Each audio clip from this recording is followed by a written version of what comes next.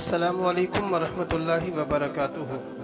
رمضان کے مہینے میں زنا کرنے والے پر اللہ کا عذاب کیسے آیا، جاننے کے لیے اس ویڈیو کو آخر تک دیکھیے۔ حضرت سیدنا عمر رضی اللہ تعالی عنہ بیان فرماتے ہیں کہ ایک ایسا شخص انتقال کر گیا جس کو لوگ متقی سمجھتے تھے، جس کو لوگ نیک سمجھتے تھے، جو اللہ والا سمجھا جاتا تھا، جس کی لوگ عزت کرتے تھے، احترام کرتے تھے۔ اس کا انتقال ہوا۔ جب اسے دفن کر دیا گیا تو اس کی قبر میں عذاب کے فرشتے پہنچے اور کہنے لگے کہ ہم تجھ کو اللہ عز و جل کے عذاب کے 100 کوڑے ماریں گے۔ اس نے خوف زدہ ہو کر کہا، مجھے کیوں مارو گے؟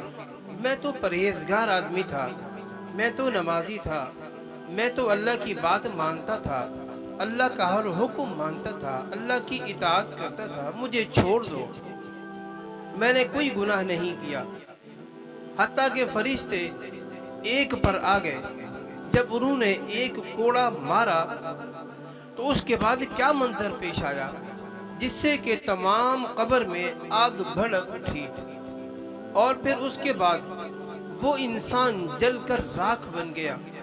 جب دوبارہ اس کو زندہ کیا گیا تو اس نے درد سے دل ملاتے اور روتے ہوئے فریاد کی۔ اس نے کیا فریاد کی اور اس نے کیا کہا؟ اس نے کہا کہ آخر مجھے یہ کوڑا کیوں مارا گیا؟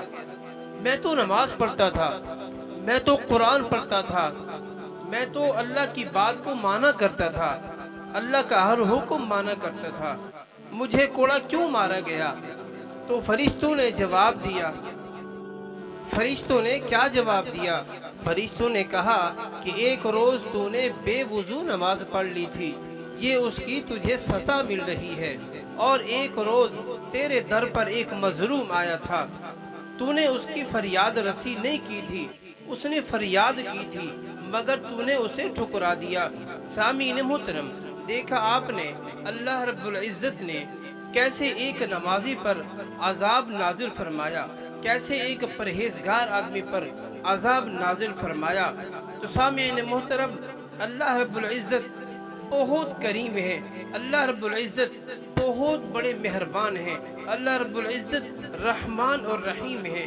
وہ نہیں چاہتے کہ اس کا بنایا ہوا بندہ دوزخ میں چلا جائے، وہ نہیں چاہتے کہ اس کا بنایا ہوا بندہ آگ میں جلے، لیکن ہم کیا کرتے ہیں؟ ہم خود اپنے آپ کو تیار کرتے ہیں عذاب کے لیے۔ اس واقعے میں آپ نے دیکھا کہ اللہ رب العزت کیسے ناراض ہوا۔ جب ناراض ہوتا ہے تو پھر اللہ تعالیٰ بڑے بڑے لوگوں کو پکڑ لیتا ہے۔ اس میں اللہ کیسے ناراض ہوا؟ تو اس نے نیک اور پرہیزگار شخص کی بھی اللہ نے گرفت فرمائی، اس کو بھی پکڑ لیا صرف ایک گناہ کی وجہ سے، اور وہ عذاب قبر میں مبتلا ہوا۔ اللہ رب العزت ہمارے حال پر رحم فرمائے، آمین ثم آمین۔